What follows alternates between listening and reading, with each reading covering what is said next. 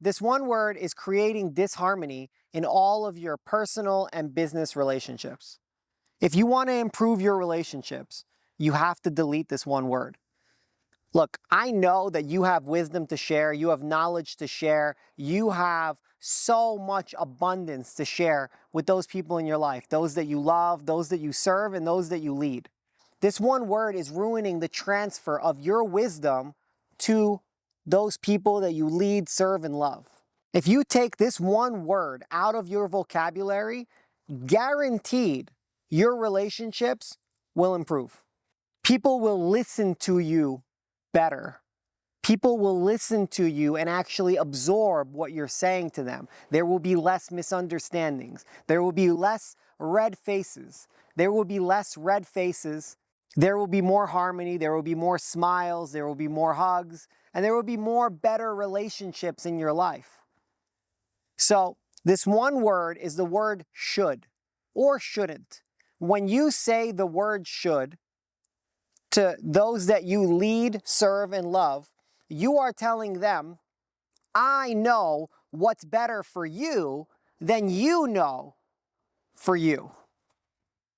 That is a very aggressive and almost rapey way to tell somebody something that will improve their life. If you know that you have something, if you have wisdom, knowledge, skills, love to share with those that you love, serve, and lead, it is your duty to learn how to harmoniously communicate that to those people.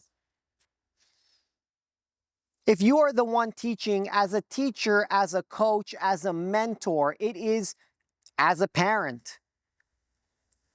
It is your duty it is your privilege. It is your privilege to learn how to harmoniously communicate. When we are together, we are stronger. Communication creates togetherness. Togetherness creates tribe.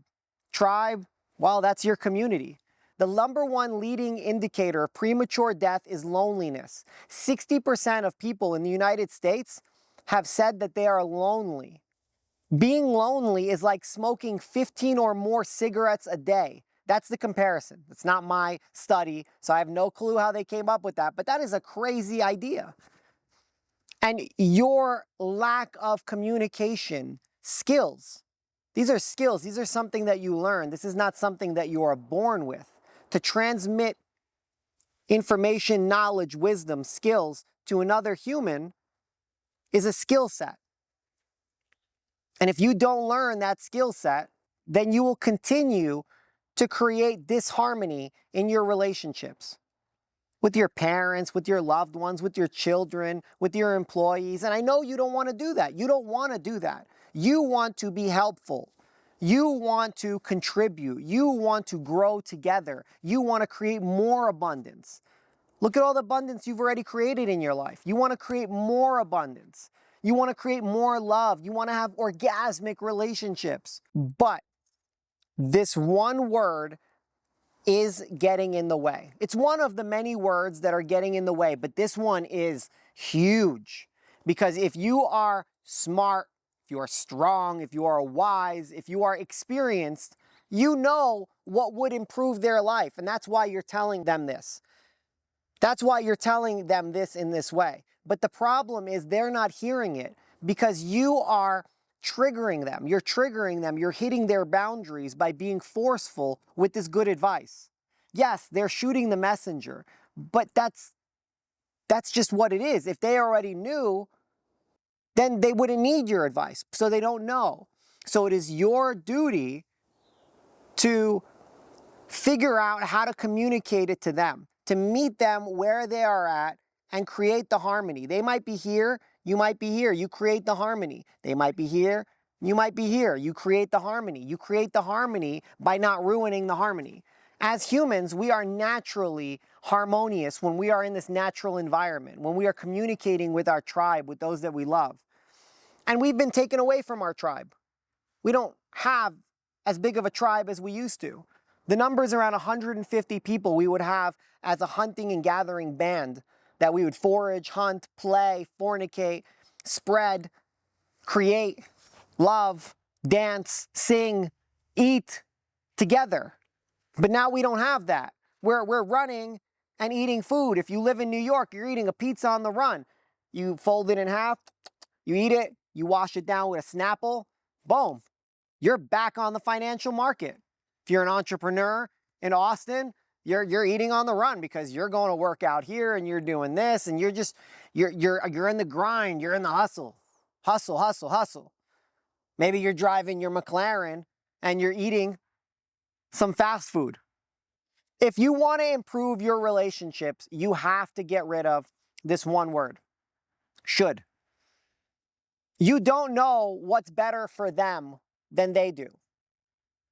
Maybe you think you do, but you don't. And even if you do, you don't present it that way because that's not helpful. They're not going to listen to you if you're trying to like force them to do the thing that's going to be good for them.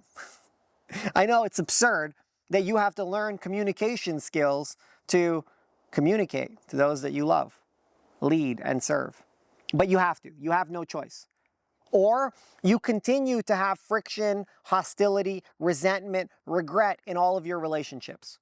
Or shut down and not have those relationships. Most people live in one of two states. They are either always fighting with each other or they're ignoring each other. And sometimes they live in both of those states. There's an explosion, there's resentment, there's regret, then there's drinking, there's smoking, there's Netflix, there's sex, there's porn, there's all of these escapes, there's sleepless nights, there's red faces. And then it spills out into the other areas until you hit rock bottom and then you have to work your way back up again. Relationships are important for us as humans. So the number one skill that you can learn is how to create harmony in those relationships, because your relationships are going to be there when you're at the bottom and you're at the top, hopefully. And the way that you increase the percentage of people being there at the bottom and the top and all of that space, good people, people that align and harmonize with you, you do that by creating harmony in those relationships. You share kindness, you share love, you share wisdom, you share resources, you share knowledge, you share skills, you share love. You share love, you share freedom, you share truth. But you can only do that if they're listening to you. And it is your duty to figure out how to create harmony. And one of the ways that you're creating disharmony is you're telling them that they should do this or they shouldn't do this. Freedom, right? Everybody gets to choose. And you get to choose to learn how to communicate better.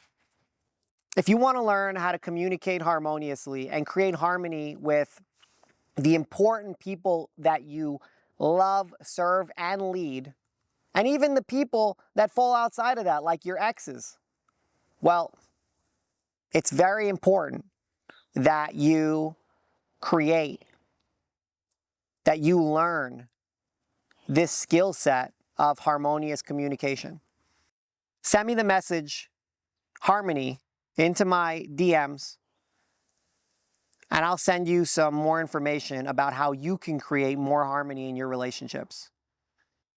With love and harmony, it's been Sensei Rome Za. I'll see you guys soon.